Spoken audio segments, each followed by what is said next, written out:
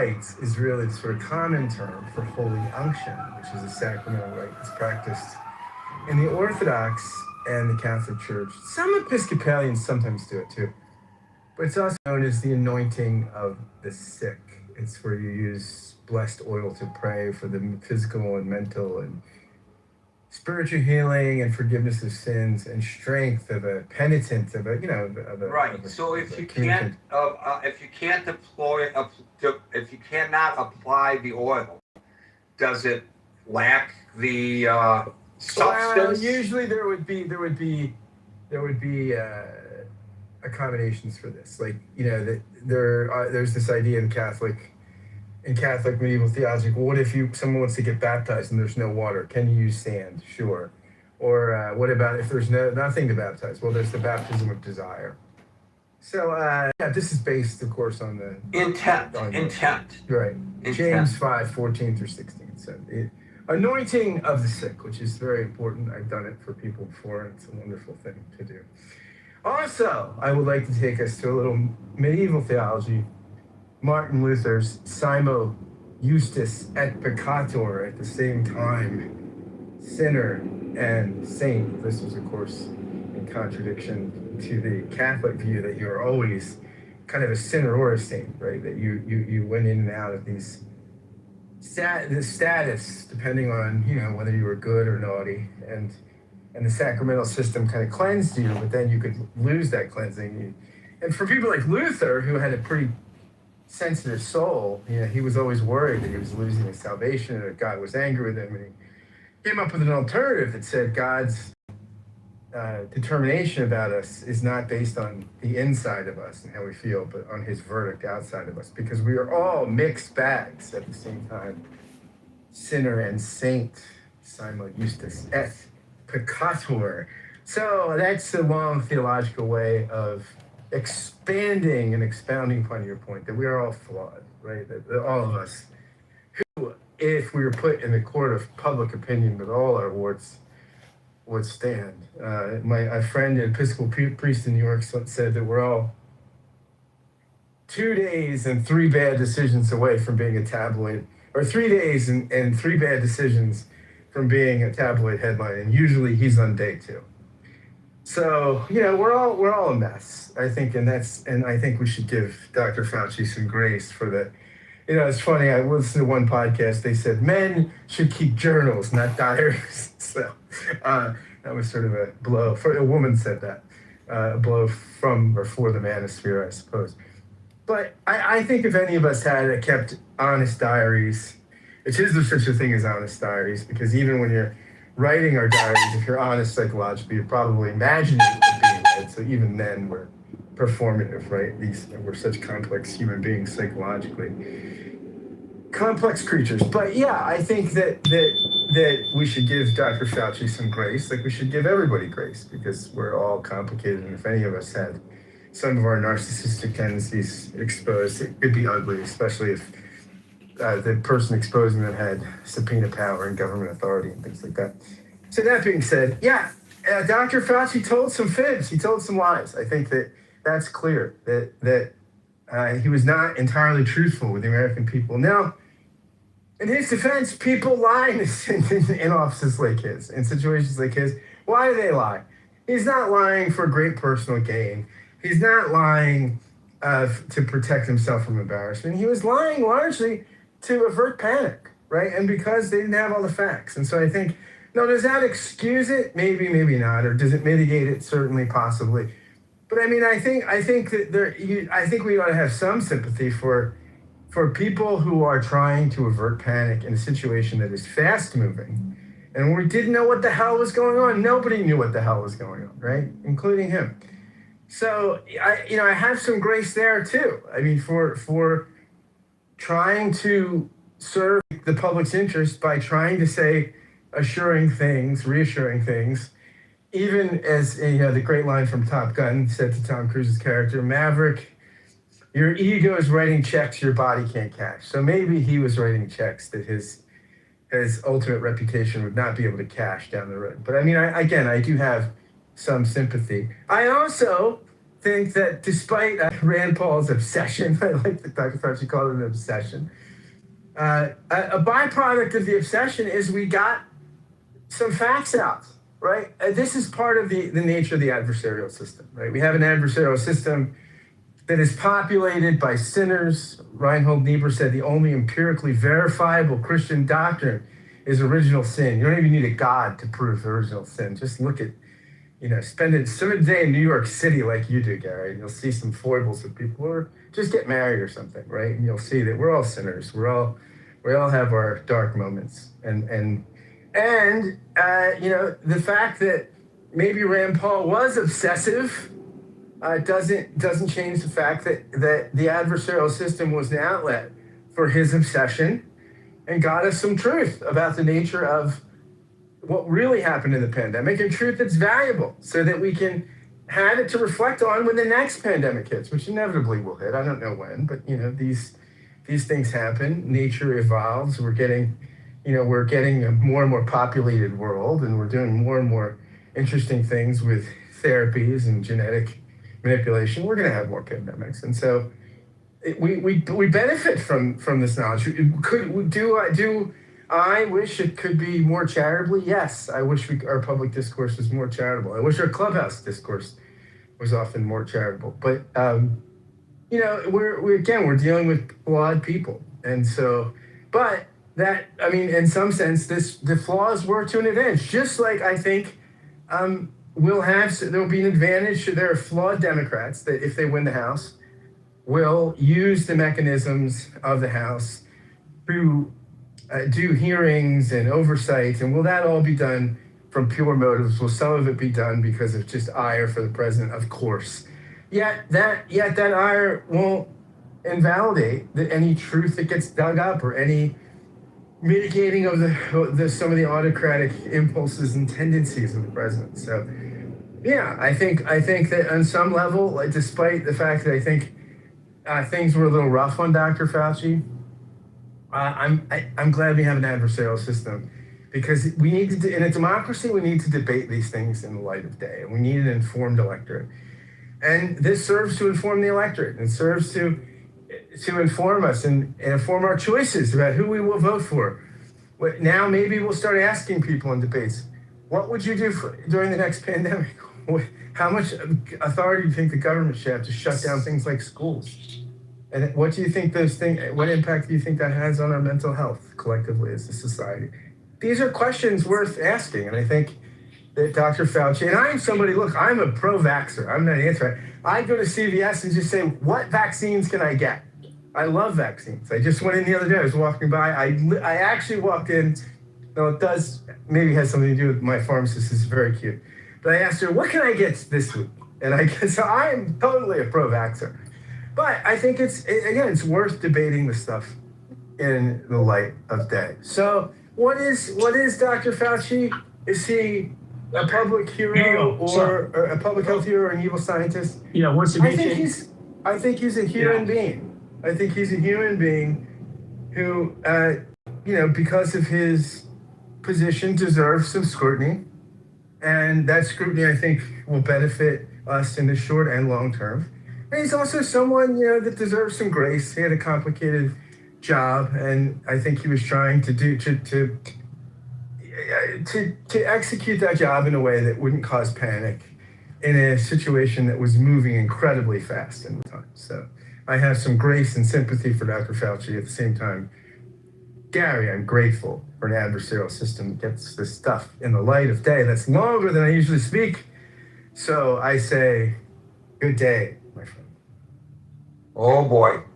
Okay. Well, and I know you touched on this very briefly, but the tone of this inquiry makes it not, in my opinion, an attempt to get to what we have learned, the lessons learned, so we don't make the same mistakes the next time there is a pandemic, and from an adversarial standpoint. This was obviously an attempt by Rand Paul et al. To embarrass and to box Fauci into some kind of a corner where they could take some kind of action against him, and that is why he invoked his Fifth Amendment rights, and that in itself prompted them to take some kind of action against him. If you had the opportunity to listen to any of that hearing, you will know that the witness was being badgered, and badgered. And profanities were hurled at him by United States senators. They weren't inquiries that said things such as, Dr. Fauci, could you please explain why you are so certain that this was not a virus that escaped from a laboratory that the United States co-funded in Wuhan, China? Or even a stronger question along those lines. But No. like, Gary, I hate the fact that you can't say it was in a lab because you're racist or something, right? I mean, it's one of the things that I find nauseating, that somehow this became identitarian, right? That if you said it was in the lab, oh my God, you're a racist, you know? I mean, well, if it happened in the web market, does that make it a racist comment? Obviously, we have to observe what's happening and describe it as it is. It's not racist to describe a fact. It's racist to make up a fact. If you're reporting that a person committed a crime, and this is a person that you're on the lookout for, and when you give the description of the person, you include that person's race, and if it happens to be in an Ohio town, and that person happens to be Haitian, and you say, hey, a Haitian guy just robbed the bank, that's not being racist.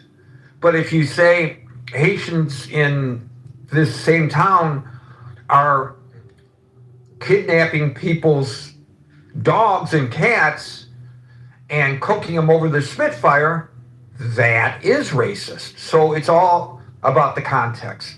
So I personally don't have a problem with saying that there are questions that are being raised about the origins of the virus.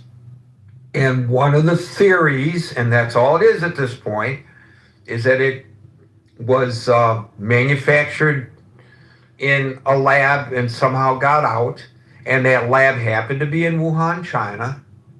I mean, for God's sakes, they were hit hard by the pandemic before we were. So it's not as if the Chinese created a biological weapon to turn against the United States, unless their intent was to test it on their own people first. Maybe that's the case, but I mean, I think that's pretty far-fetched. I will say that it might be racist to call it the Kung Flu. I think that. Well, look, part of the problem is, and again, going back to my point about tone, when the president referred to it, he referred to it as the China flu, but he didn't just say China flu. The inflection of his voice when he did it, which you're far more astute at doing this than me because you got the president's inflections down pretty perfectly, I believe resulted in Asian folks, even people who are not Chinese, getting attacked on the streets of the United States, and particularly Chinese people in areas of high concentration of Chinese like Manhattan and Queens, Chinatown, where it occurred. Because of the way it was being presented. It wasn't that we have to look into whether this flu, and we believe that it did, began. That's not how the president presented it. So he put people at risk through his dog whistling once again when it came to how he approached it. That could be viewed as racist, in my opinion anyway. Simply stating that it may have originated in this lab, and questioning whether it originated in this lab is not racist. It's all context in the manner in which you do so. What happened at that hearing was not an honest attempt by the Republicans to, by the way, Fauci served under both Democratic and Republican administrations, including under President Trump. So I don't know, again, how this becomes partisan, but it was adversarial, and fine. But there's a way to do it if you are a seeker of knowledge and truth. It's another way to do it if you're trying to embarrass the guy and make him out to be a public enemy so people can go around saying, see how Fauci is? He's an evil scientist, he's a criminal. Two different things. So that's my real objection. I don't have an objection to them holding a hearing, but Rand Paul's public pronouncements have been pretty darn clear that he wasn't hoping to hear from this esteemed scientist his opinion about what happened with COVID and debate it. That wasn't his intent. The manner in which he approached, and several other senators approached Fauci, would get him kicked off the stage in the critical thinking forum. And yet it was allowed in the United States Senate. Okay. I guess if we want to explore the origins of COVID, the better forum would be here than there. What do you think? Maybe we should ask Anthony Fauci to come here and we can ask him all questions we want in a manner in which it's not an inquisition. He better not be disingenuous. I won't be disingenuous, Scott. Jim, followed by Les. Okay, well, thank you, everyone. I think that was very informative. I want to share, first off, that in my capacity as a lay minister for my church, that's not ordained, but in my church, we do several things like anointing with oil and prayer. And I've done it at Veterans Hospital. I've done it at conferences. I've done it at many different venues, with my training and experience by my denomination. So, and you have to take special precautions. And of course, me being blind, we worked out different protocols and things for me to be able to do it. But I did it successfully for 7 years, voluntarily. So, my question about Fauci, okay, in my professional, okay, outside of church, my secular job doing rehab and mental health, okay, the code of ethics for my fields, I'm responsible and accountable for some things for 5 years. They can come back, subpoena me, bring me in, do whatever, and say, okay, what did you do here and why did you do it? Some other things, it's 10 years. But at some point, and I've been out of the field now since 2015 formally. Now I do volunteer things, volunteer projects and things like that because of my education and experience I'm allowed to do, but they're very tightly structurally governed because of my experience and education. But what I'm saying is as we know a lot with this administration and parts of this Congress, is they look backwards and it's revenge. This was wrong, and they waste a lot of time on what happened. What I want to know is this man has been retired. He's 85 years old. Now, I will say, I'll be honest and transparent, I am a Fauci fan. I also am a pro-vaxxer. And so, I've gotten everything that I could get that you get in the United States vaccinated for, especially being blind, because there were a lot of things, especially when I went to school. I went to school where there was the medical school was in the same building, other types of research was being done, and I wanted to make sure that as a person who's blind, if I accidentally touched something, I didn't go into labs where there were open corpses, but we shared the same break rooms and the same bathrooms and stuff. And so I wanted to make sure that I was as protected as I could be. So my question, in general, and I don't know if anyone will know the answer, is at what point can this man take solace and be left alone to retire in peace? I mean, at what point is he just done? I mean, we all make mistakes. I know that in my work, I'm sure I made mistakes. Sometimes they were pointed out to me on the job. Sometimes I learned even after I retired, oh, well, that project didn't go as well as I wished it would have, or this client, this. I've actually been in court a few times too, not because of things I did, but things clients did, and I had to testify either, on their behalf or to keep them from being, misprosecuted. So, I mean, I just want to know he's 85, if I understand correctly. I did a lot of reading about him. Plus, I read his book, which I know is his book. But at what point is he no longer responsible for his actions for the job he did? And I just think, and I'm going to land the plane, that, where we are, any one of us, for whatever we do, say, or whatever, could kind of like what somebody was saying earlier, a few days from a tabloid. We had another way of putting it in my job. They said, anything you do or say, you could be on the evening news or tomorrow's front page. So be aware of what you write, do, and say.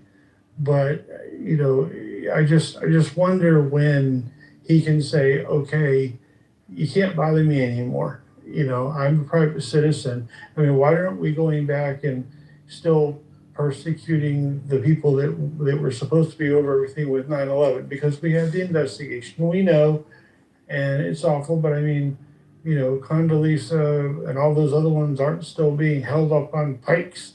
And other people that were involved in things aren't still being harassed. They've been able to go on with their private lives. So I just wonder at what point do these former people in administrations, when do they finally get their peace and they're be able to go and enjoy their retirement and their life and not worry about what decision they made or what they did when they had this job some years ago that they're no longer responsible for? And that's where I land my plane. I think the answer to your question is when it becomes no longer politically expedient to do so. Thank you. And you're correct, 85. He is 85. Mhm. Let's follow by Let's Kate. go. So I'm not going to repeat all the things that Gary said.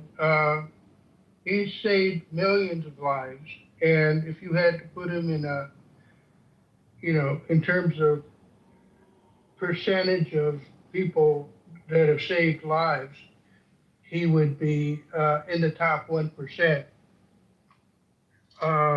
Between HIV used to be an inevitably fatal disease, now it's turned into a chronic disease.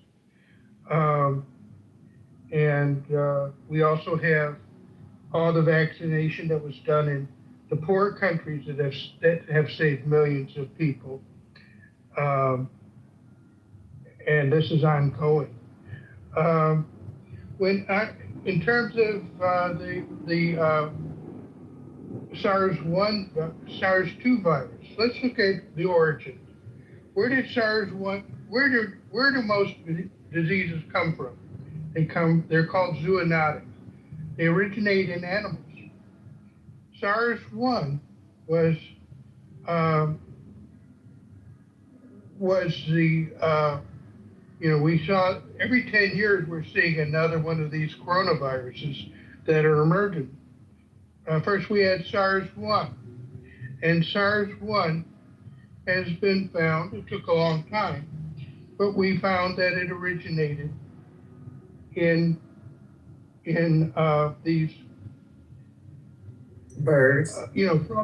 From wild animal sources, and they were brought in by the truckloads into live wild animals with no were brought into these wet markets in cities that had 10 million people or more all over, and it emerged as a disease. MERS 10 years later, we have that also a spillover from wild animals. And then we look at SARS-2 and we see that that is the case. We have, we've actually taken, this is in Science Magazine, we've taken, traced the cases of SARS early on, SARS-2, and we located where they are, and we've actually genotyped each one of these strains. And we can see that it originated from around the wet market, and we have also have traces of that in the actual stalls where these live wild animals were kept. Now, there was a law against that, but it's a $70 billion industry. And people are going to break the law because $70 billion is a lot of money. And we also see we have two lineages, lineage A and lineage B, which meant there were two independent introductions into the wild animal markets. That's not something you see from a lab leak. A lab leak would be one. The odds are infinitesimal. Mr. Trump did a great job at funding the mRNA vaccines, but when he talked about it, he got booed, so he stopped talking about it among his supporters. Fauci, at the beginning, when no one knew that this was going to be a serious problem, he told them, well, let's just start working on an mRNA vaccine. We've got a sequence from somebody sent to us from China so he got the vaccine effort started immediately before anyone knew that it was going to be a serious problem. In particular, they wanted to do some sort of thing to see how well mRNA, to get to work with mRNA technology that had been worked on for other outbreaks and before that had kind of fizzled out. And what else? Did he do things perfectly? No, there was a lot of unknowns. Basically, what the mRNA vaccine did was it took the virus and it made it from wild to mild. It kept you out of the hospital. It kept you out of the morgue. It did not stop you from getting sick. But you didn't get so sick that you ended up in one of those two terrible places.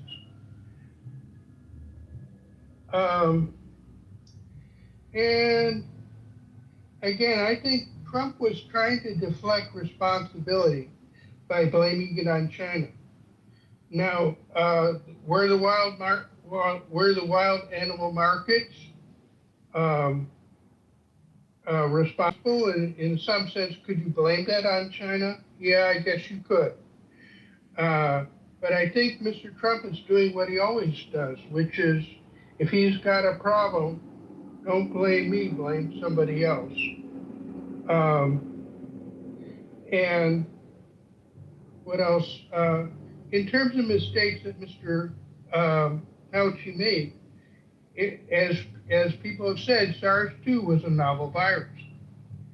We knew that SARS-1 had a high percentage of mortality, and if we had something with SARS-1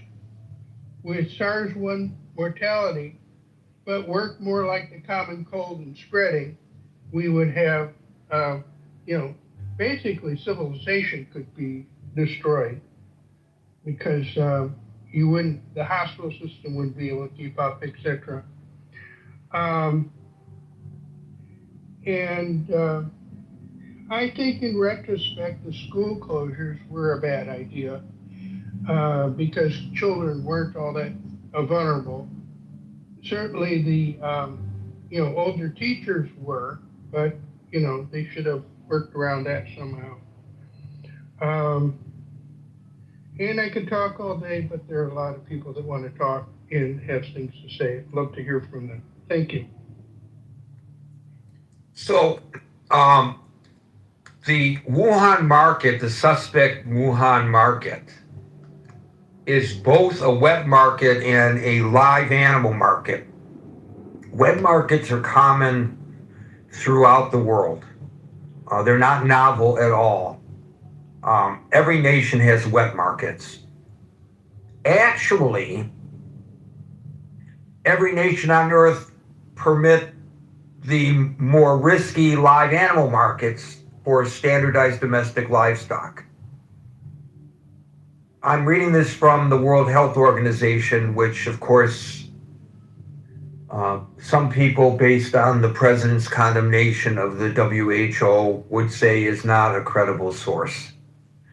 But according to the World Health Organization, there's no official ban on the baseline concept of a live animal market anywhere in the world because it simply describes selling live fish, poultry, or cattle to consumers. The WHO does say that the legal landscape changes drastically depending on how the market is defined, whether it trades in domestic livestock versus live wild mammals. That's getting into the weeds a little bit. But the point being that if it did originate, and we don't know that it did, from that so-called wet market in Wuhan, well, then it could have originated from any wet market in any nation of the world. And does that make China more culpable because it may have originated within the confines of their country geographically? I don't know. Thank you, Leslie. Could I just say something? The wild animals, it is very important that the wild animals we're talking about were precisely the kind of wild animals that brought SARS-1. And indeed, China did outlaw them. But in the 2010s, late 2010s, they were still kept there, and there were traces found of in the stalls where they were kept. And the stumper is that you take these things from the wild and you take a virus that would normally just die of loneliness because it is not in a city of 10 million people. And you give it a place to jump to and in a place where it can sustain an infection. That's not to blame the Chinese necessarily, but that's just to explain what happened. It's like other things that are cultural. You can outlaw or regulate. It doesn't mean that people are going to change their habits.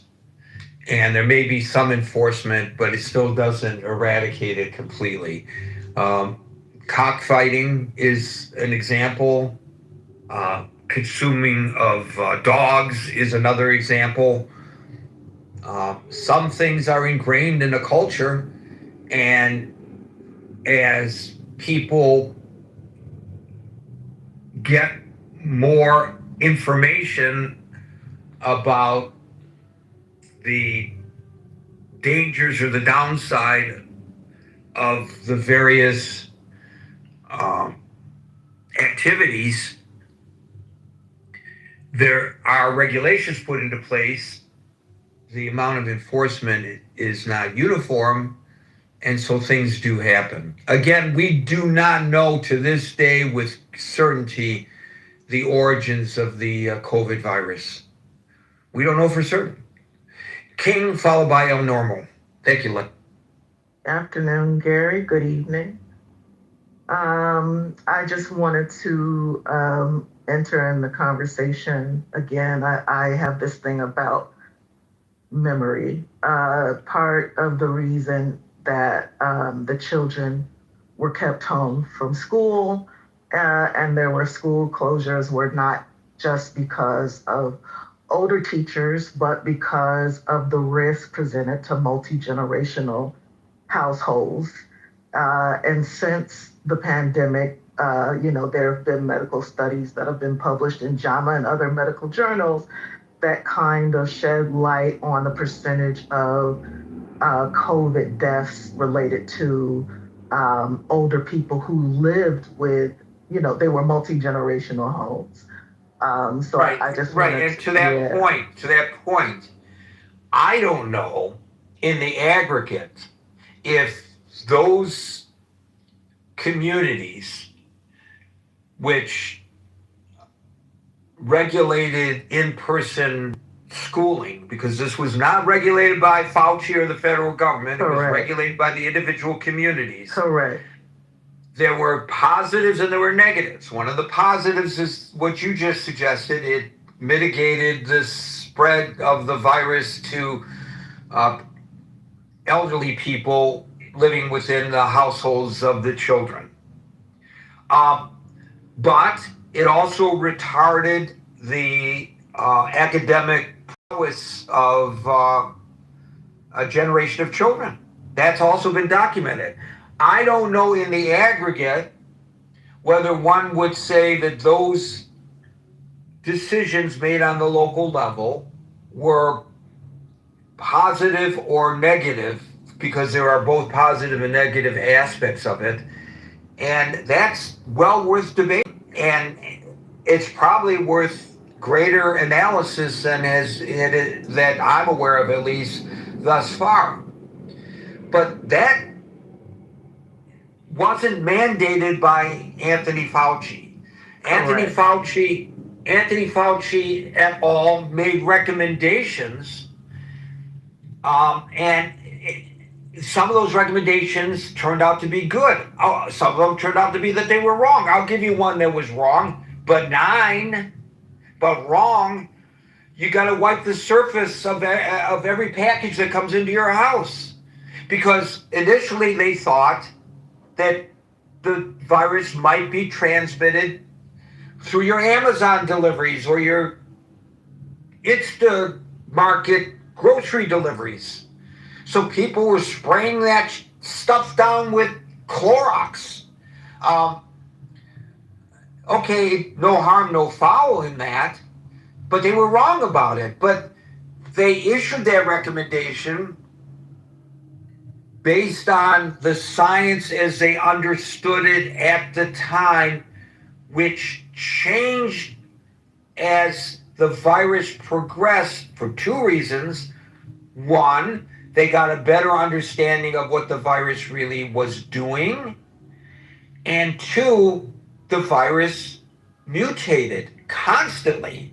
It's like when you go in the fall for your annual flu shot, it may or may not be as effective this year as it was last year, because the flu mutates, and sometimes it mutates faster than the vaccine can keep up with, and more people get the flu this year than got last year. So I don't know. I know that the kids next door are homeschooled. This is very anecdotal, but from what I can see, they haven't fallen behind. But I do know other kids their age who have. So again, that's anecdotal.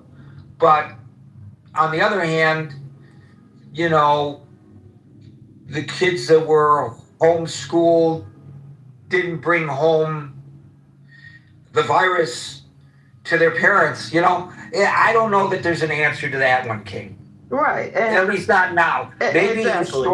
Maybe in the future there'll be scientific discussions that are absent the current political climate's influences, which will give society a better understanding for the future. That's the only thing we can hope for. Correct.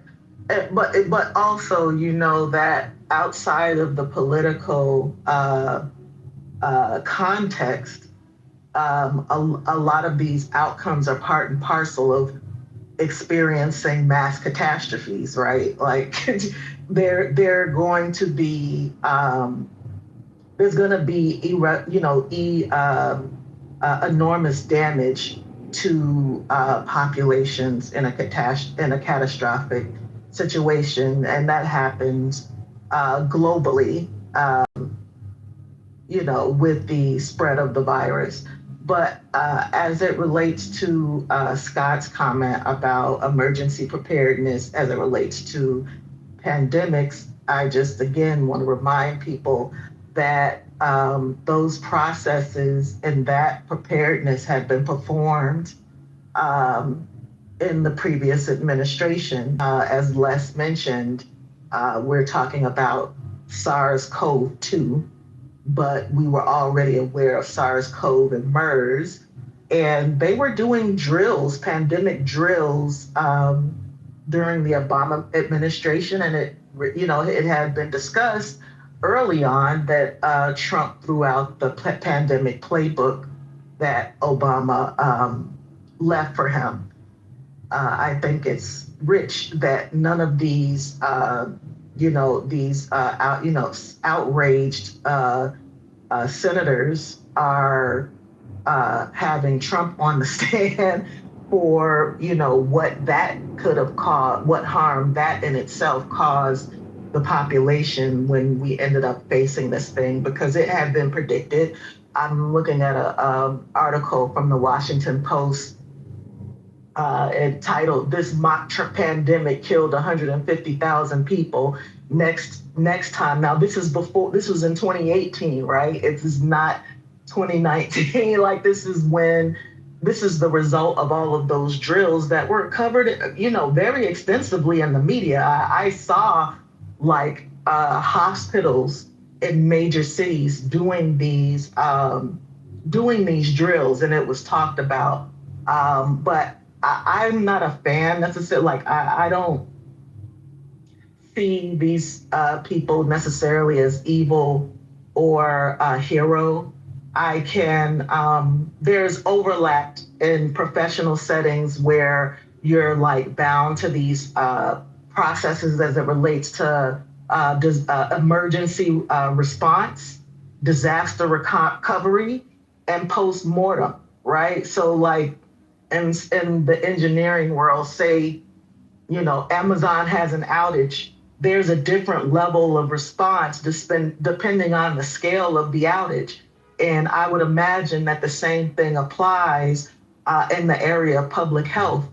And the thing about emergency response is that you're busy responding. You're not doing your post-mortem or your root cause analysis during the response that comes after the disaster recovery, right? Like we've gotten past the emergency itself. Now we're, now we're recovering, right? Vaccines have been disseminated, and there are less people dying, and people aren't, fine. People are getting sick, but they're not ending up in the morgue, right? It's only after all of that subsides that you do your post-mortem. So I think that it's, again, I understand the reason why Fauci is taking the fifth, because the only explanation that one can give in this situation is a professional response about processes, right? That may involve expertise-specific language to describe the response and how things commence. But you're talking about a trial whose only purpose is to give validation to people who don't respect expertise or scientific explanations.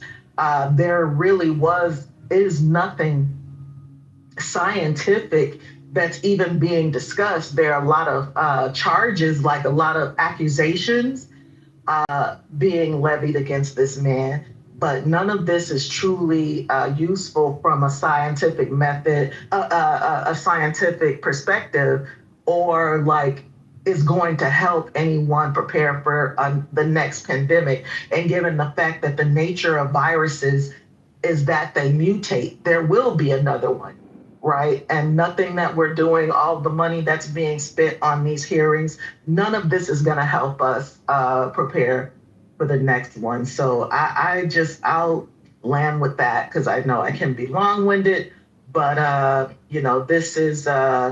this is nonsense. It's very expensive nonsense, and it doesn't prepare us for the next occurrence. Unfortunately, it's kangaroo court. So to your point about learning from the chaos, out of the chaos comes understanding, it makes me think about blood transfusions. There is a common misconception that they emerged from war. That's not true. They were around before wars, the two world wars, but the war transformed them from what was, to that point, rare, dangerous medical curiosity into a safe mass scale practice because it forced the doctors to perfect and standardize the technology to save thousands of bleeding soldiers in the field. And so from the horrors of World War comes the common usage of blood transfusions that we see on a daily basis today that saves countless lives. So from the horrors of the COVID pandemic, hopefully we have learned some things that save some lives in the future. But I think we have to get over the political arguments. We got to get over that hump and on to a serious discussion. And that's what I'm looking forward to as well, King. Thank you. Very well said. El Normo, followed by Alan. Hi there. Look, we turn to Fauci for his scientific knowledge and expertise, and he made a lot of mistakes. Remember 2 weeks to flatten the curve, or 2 weeks to stop the spread? The criticism comes because the diary reveals, and it wasn't just true of him, it was true of the people who took his advice. He seemed to be drunk on power, frankly. And that intoxication seems to have warped his decisions and contributed to his mistakes. They did not want to, they meaning the people who made decisions like closing the parks and closing the beaches and arresting people who were outside with their family, socially distancing, watching a game, watching a kid's game, a football game or something, arresting them. There were a lot of excesses. Why is that a problem? It's a problem because it undermines and degrades our trust in our institutions. And we began to feel that these decisions were being made with a political agenda, not for the general good. And no, he didn't obviously have the power. Are you referring, Norm, when you say that people were beginning to believe that there was a political agenda behind it? The argumentation that was made at the time that they have taken our freedoms away and that they will never be returned to us. We'll never be able to go to church again, was one of the arguments that was made.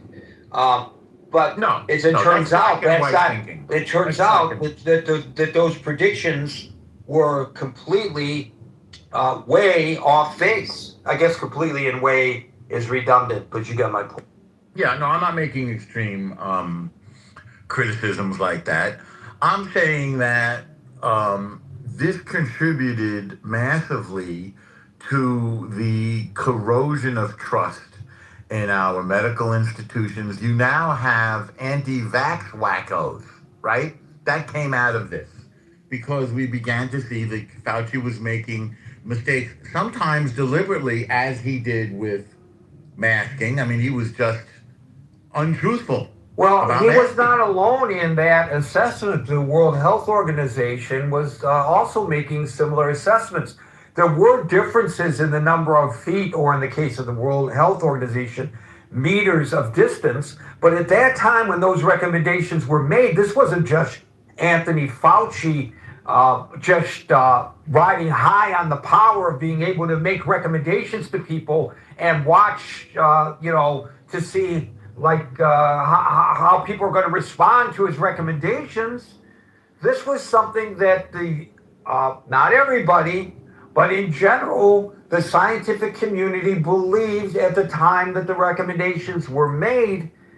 And in fact, that collaboration between the United States public health officials and their colleagues around the world, in which they shared information, was ultimately cut off, at least officially, by the Trump administration because he didn't like the results of the recommendations that were coming out. This was a global pandemic, and each nation approached it a little bit differently. But in general, what Fauci recommended to the people of the United States was being recommended to people of countless countries around the world that was being visited by the COVID virus. And the recommendations there changed as the virus changed, and our knowledge of the virus changed. Well, not with the masking. Not with the masking. That wasn't global. That was him responding to what he felt was. I don't think so. I think in many parts of the world, masking was the norm as well. In fact, it was the non-masking that I'm objecting to. His reversal. At first, he was not candid and recommended against masking. Then he pivoted and said, maybe his understanding of the necessity of masking changed as it went along. Why else would he do that? I'll tell you why. I know why he did it. You think he was thinking, well, you know what? Let's say they don't have to mask and see how many people get sick from it. I know why he did it. He did it because he felt there was a shortage of PPE, because he said that was it. I believe all that's already come out. And in any event, I like Scott's position that it's not black and white. It's not that he's a hero or an evil scientist. It's that he's a flawed person. And I like that because I think it's true. And some of his flaws were a lack of transparency about the origins of the virus. He wasn't honest about that. And that lack of honesty leads to a spreading sense of mistrust of our scientific and medical institutions. Early in the pandemic, he pointed out that he had helped set up the viral research labs in China, that he was in touch with the people that were running them. That changed after a while. He didn't mention it anymore, and he tried to sell what was, I think, a very implausible story, that this was the monstrous offspring of a pangolin and a bat, when the labs in Wuhan, the virology labs, were doing research into precisely this kind of, I think it's called a rhinovirus. And we're doing research that was, at least in colloquial terms, gain of function. He lied about that, and that there'd been security breaches. He either lied or was not candid, or a little bit evasive and manipulative, and that there was that those labs had a history of security breaches, and that we were funding them to some extent. So at that point, he deserves criticism for lack of transparency. I don't know about these Kafka / perjury traps. I know that a couple of administrations ago, they used such a thing on Michael Flynn, and they used similar tactics on Trump when he was running for office. So I think what we're seeing is a degrading of the public discourse, an increasingly unethical, on both sides of the aisle, use of traps and gotchas in order to gain political points. So, of course, it's a political process because Congress is a political institution. But I think he should have been granted immunity and then compelled to answer honestly, so that we have. I think it was valuable. He at 85, he should come clean and not just keep taking the fifth. And I think he should be granted immunity so that he can do that. I think it would enhance his legacy and reputation, which now is horribly tainted.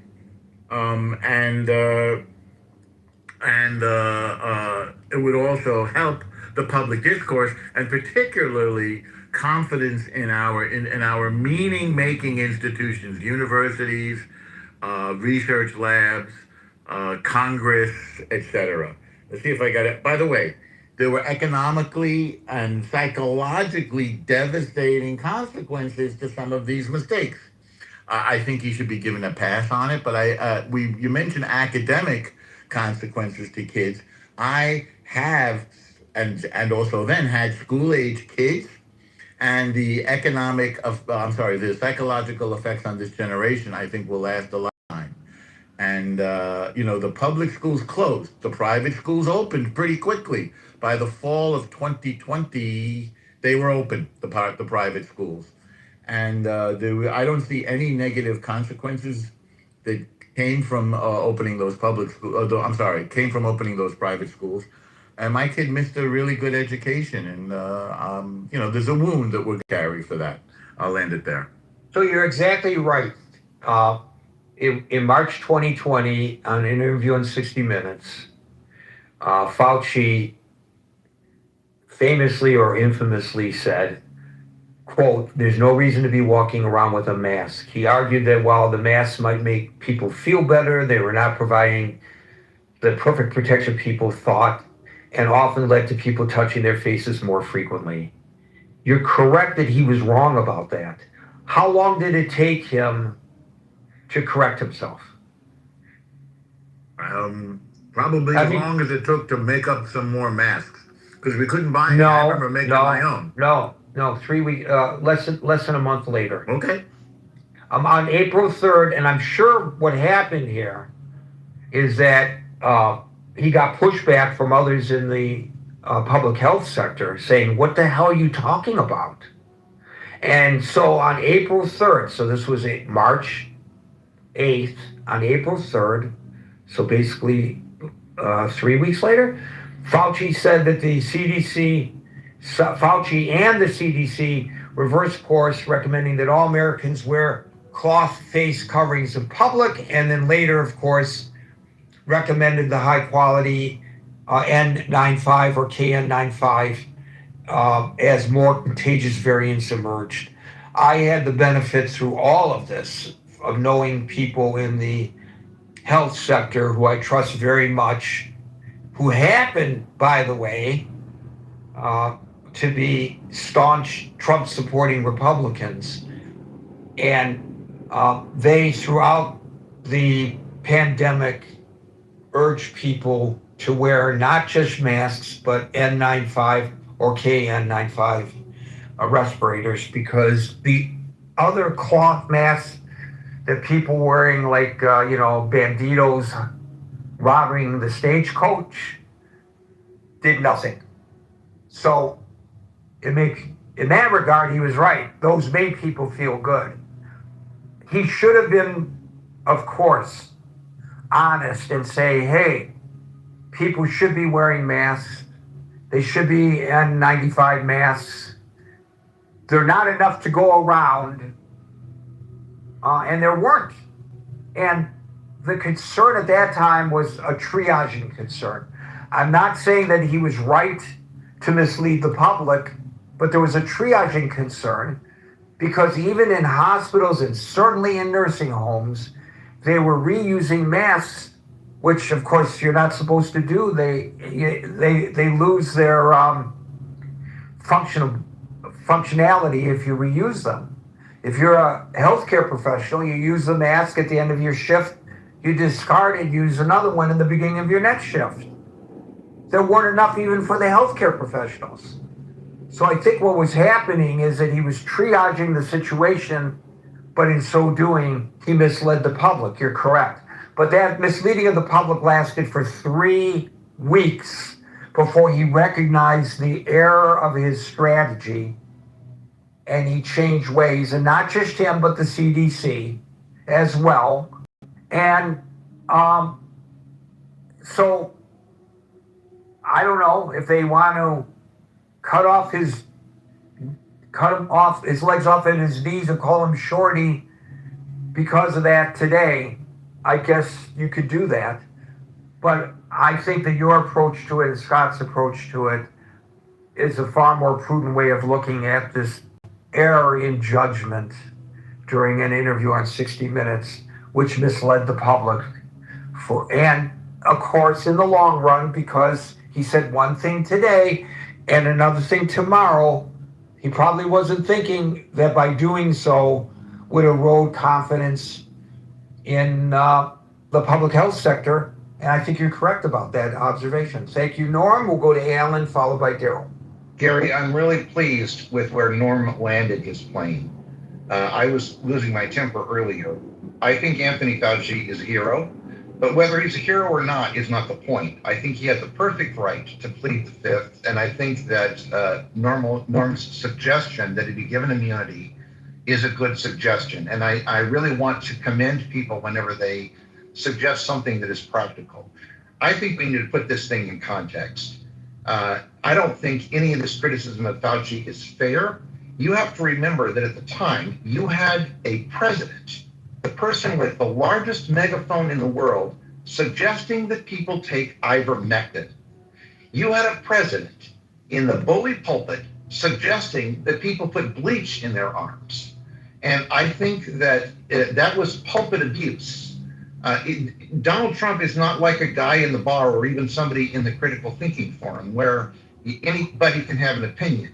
He has a specific pulpit and a specific role, and I think he abused it. And I think Fauci may have, Norm may be right that Fauci may have been a little bit wrong on some of the things he did. But I think Fauci was well-intentioned. I don't think Donald Trump is well-intentioned, and I don't think there's any doubt about that in the minds of people who look at this objectively.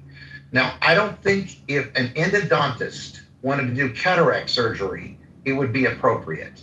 Rand Paul is an ophthalmologist. He is not an infectious disease control or an allergist or an infectious disease expert. And yet, he is out there using his medical credential as justification. Rudy Giuliani was prosecuted or was removed of his license to practice law by the law community because of his abuse of the system. I think the same thing should happen to Rand Paul. He should lose his medical license. And I think if we don't begin to have some kind of credible pursuit by institutions of maintaining their particular disciplines, we're going to continue to be in trouble. So I want to land the plane there, but I would suggest that if I were an ophthalmologist and if I were in the medical profession, I would suggest that Rand Paul, because of his abuse of the pulpit, just like Donald Trump's abuse of the pulpit, he should lose his license. Thank you. Well, he was not using the pulpit to represent himself as an ophthalmologist. He's using his pulpit to represent himself as a politician. And even if he were not a medical doctor, he would use the pulpit to go after Fauci in the manner in which he went after it. And I think we have to be very careful not to question his ability to exercise his First Amendment rights without fear of retribution for doing so, especially as a public servant, doing what he believes is the proper thing to do to represent his constituency, even though I disagree with him. I mean, that's his right to do so. So I don't know whether, you know, there was a president of a country in the Middle East who was an ophthalmologist as well, and used chemical weapons and on his own people. That has nothing to do with his profession as an ophthalmologist. That had to do with his profession as a despotic dictator. I don't know if we should really be conflating the two, Alan. Can I push back on you just a tad? Of course. I think that you make a good point. He does have First Amendment rights, just as Fauci has Fifth Amendment rights. But the problem in our society currently is that people will use their credentials in ways that don't represent their profession.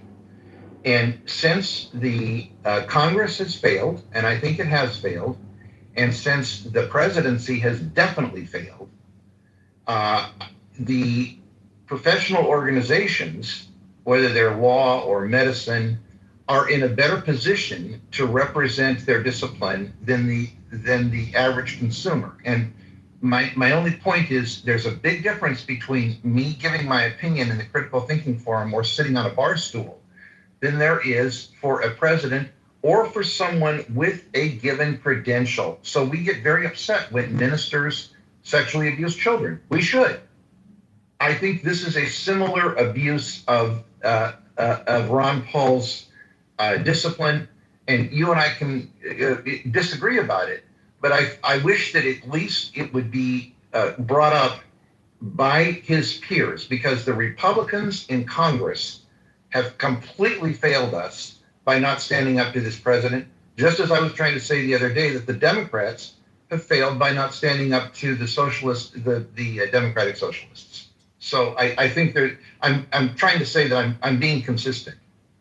To that point, your final point, you and I do not diverge, but in terms of trying to make a comparison between Rand Paul and his profession to his public comments and those attorneys who became disbarred because of their public comments, the difference is Rand Paul was speaking as a United States Senator. Those attorneys, including Rudy Giuliani and several others, were speaking as attorneys. So they were they were practicing their profession when they made unethical statements that they could not back.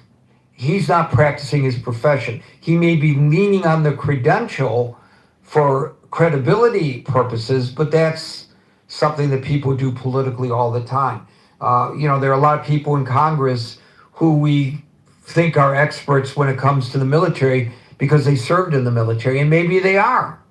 But that doesn't mean that if they're wrong, that they should be stripped of their commissions, as somebody tried to do to a certain U.S. senator.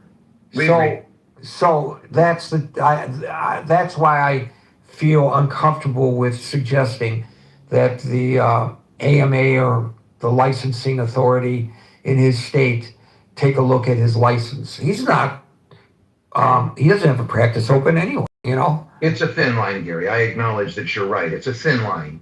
But I just want to make the point that we are, as a society, we are in real trouble because we allow people to push the limits, and somebody has got to push back. I'm just a stupid old man in Southern California, and I can't push back. I wish someone would back on his credentials and at least make him a little bit frightened of misusing his education.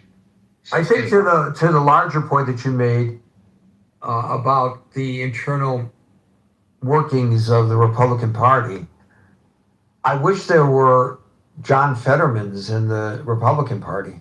Amen. I love that John Fetterman stands up to his own party. God bless him for doing so. Amen. And there should be more John Fettermans in the Democratic Party. Amen. But I don't think there are any really. The closest may be Susan Collins, and that's only because she'll diverge in her votes from what the president wants. Just to win her election. Well, for whatever her reasons, it doesn't really matter. No. But I don't see her on the forefront the way Fetterman is with the Democrats. It's not healthy, as Norm always points out. His first responsibility is to criticize his own party. His second responsibility is to criticize the other party. Just as you, as a reformed Republican, are quick to criticize your party, and Marshall, as an active member of the Republican Party, feels comfortable criticizing his party. I think that's healthy. And as Scott, as a Democrat, feels comfortable criticizing his party. That's healthy. You know what's unhealthy? What's unhealthy is Chuck Schumer claiming to be the guardian of the Jewish people, supporting al-Sayed and saying, it's not about me, it's about winning the election. That's something I can't abide. Agreed. Thank you, Alan. We'll go to Daryl, followed by David. Hey, Gary.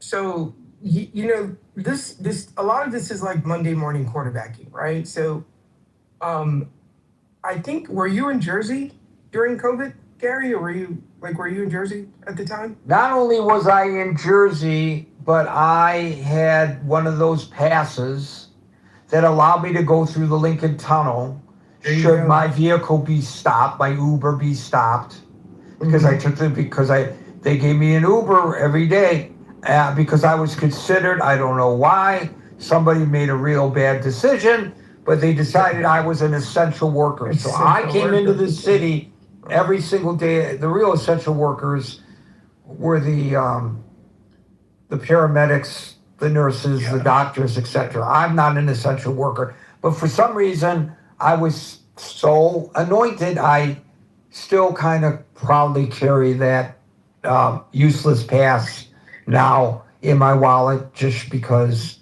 it reminds me of what I went through. So I was living in New Jersey. I was in the city every day, 5 days a week.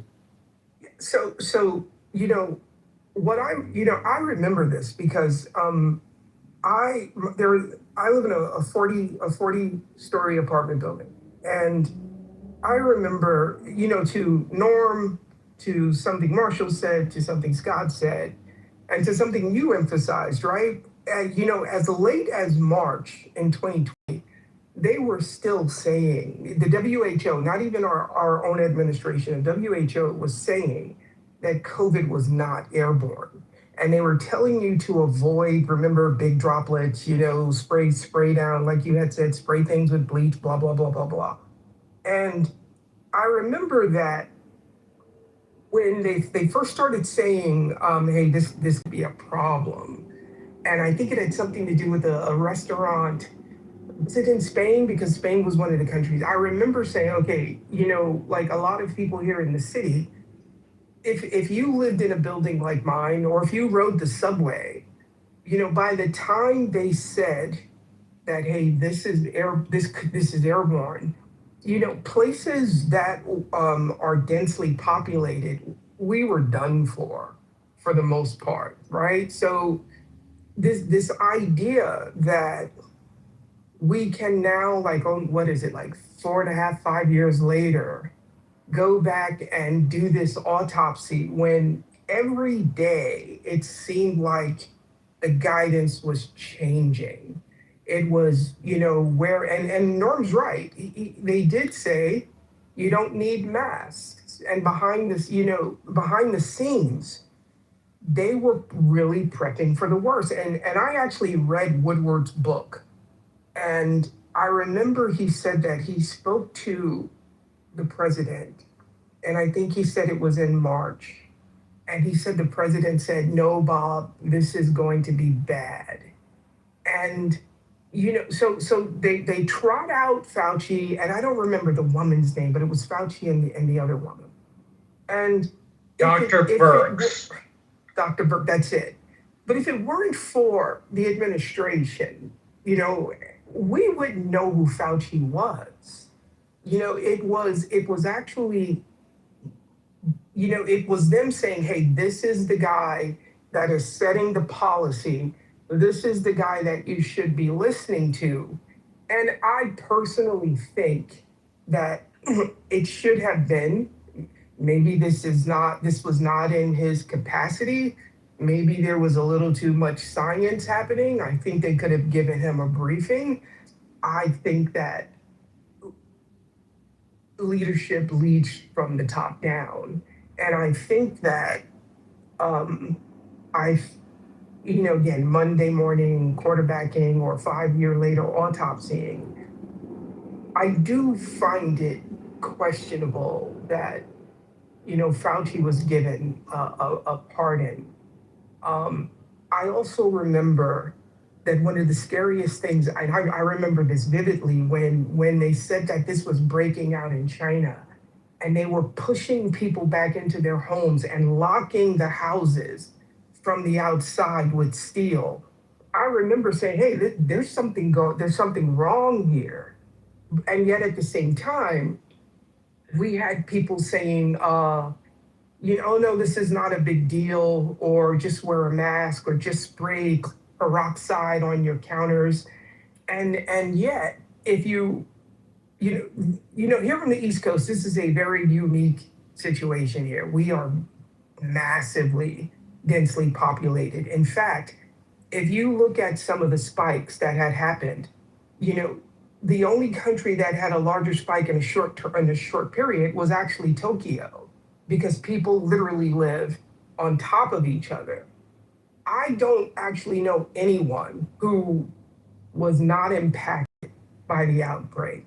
I had friends lose their grandparents. I had friends lose their parents. I remember the morgue truck over at LaGuardia Hospital where they had the bodies in the back. Yes, but I do when you're still saying a morgue truck, let's describe it to people who don't know. Okay. You're talking about refrigerated semi-trucks because they ran out of room at the morgue. Yes, and candidly, my cousin Michael was in one of those trucks over at LaGuardia. He 32 years old, had asthma his entire life, but he was also in pretty good shape, did MMA, and he caught it. And remember, it was wiping people out very quickly. Some people were like literally catching it and showing symptoms, and they were gone within a week. And I had a conversation, I'm going to pivot here. I had a conversation during the heart of the lockdown where even if you walked over to Whole Foods, they were only letting 40 people inside, and they had the 6 foot distancing lines outside. You had people lined up outside. And I had a buddy in a 3-letter agency. And I asked him, when they started talking about the Wuhan lab, I said, hey, what's your take on this? He's like, yeah, probably. And again, this is all his opinion, but he did spend 16 years in the service. And he said, yeah, they probably did this. And I said, well, why? He said, because what we don't understand is the reason that they do these things is what if, and he said it this way, he said, what if China or Russia is already somewhere experimenting with this stuff, and they decide to come to New York or California and drop it in the subway, and we have no practical idea of a defense against something like this, right? So from a very pragmatic perspective, I didn't like what he was saying, but I understood his position on this. Fauci's journal, diary, whatever you want to call it, he does admit that he himself was trying to track evidence to see if this was a leak from the Wuhan lot. Now, his journal also says that he ultimately did believe that it came from the wet market or something like that. But there was a point when Trump was calling this the China virus, because we're not in the back room. We only see what they're saying when they were coming to the podium and telling us what to do. We don't know what they were talking about in the back.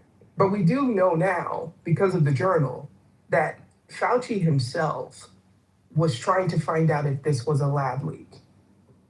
Fauci himself. Right, but that said doesn't mean no. that it was a lab leak.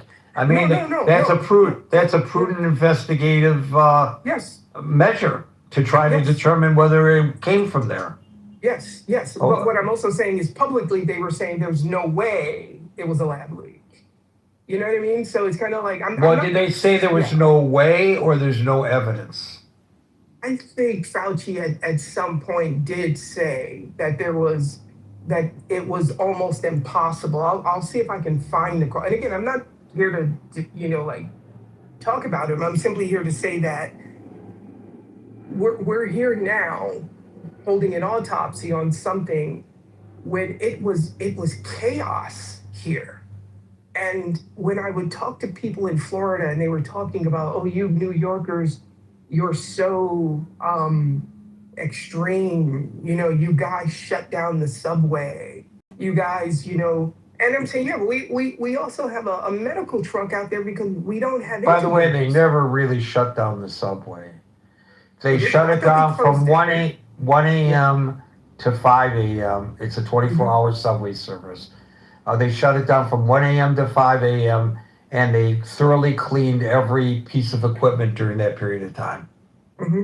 Every We night. talk about how at that time that's when New York City's homeless population basically moved into the subway. I'm saying all that to say is that when people from other places like Florida, places where people just socially distance organically, Where it's a lot less dense, right? yeah, like it's easy to say that you're overreacting or you're this or you're that because you're not actually seeing people like literally dropping dead here, like they were here. And maybe they weren't So dropping I dead. will tell you that during that period that we discussed in the beginning, when I'm coming into the city, and by the way, there were Uber drivers that came to my house, and then when they saw that we were going to the city, they drove away. Mm-hmm. They would not drive to the city. They were afraid to go to the city.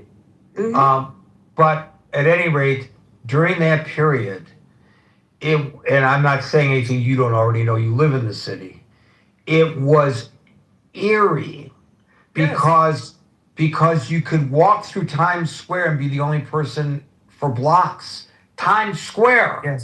Yes. But there was one thing. There were no horns. There were no music blaring. There were no people screaming at one another. There were not, none of that, which you hear all the time. If you come to New York City, be prepared to be overwhelmed if it's your first trip by the sounds. There were no subways running. I mean, not after 1 a.m. There was nothing going on. There were no people saying, comedy club, what's your picture taken? And Want psychologically, to pet my snake? Psychologically, people were afraid. It's wild. Yeah. None of that. People were- But there's one thing you did hear constantly. You know what the one thing you heard constantly? No. The sirens of EMS. Yeah. Constantly. Yeah. And people psychologically, people were afraid. People in my building, if the door opened and someone was already in the elevator, no one would get on with anybody else. I don't think That makes it pretty rough if you're in a 40-story apartment building. I guess you got a lot of exercise walking up and down them stairs. Gerald was never in better shape than he was during COVID because he had to walk 40 flights of stairs to go to work. My God! And you're picking and choosing your food better because you don't even want. I actually consider the food delivery services essential here in the city as well. Like I know they're not necessarily saving lives, but they were bringing food. No, today they're taking lives by running them over with their e-bikes. But that's another story. I got to move on. Thanks, Meryl. David, followed by Linda. I thought Meryl was dead. Hey, hello, Gary. Yeah, I mean, the Fauci beatdown on the Hill. I mean, obviously, I wish they would apply the same, zealous interrogation as they on the Epstein perpetrators. But that's for another story.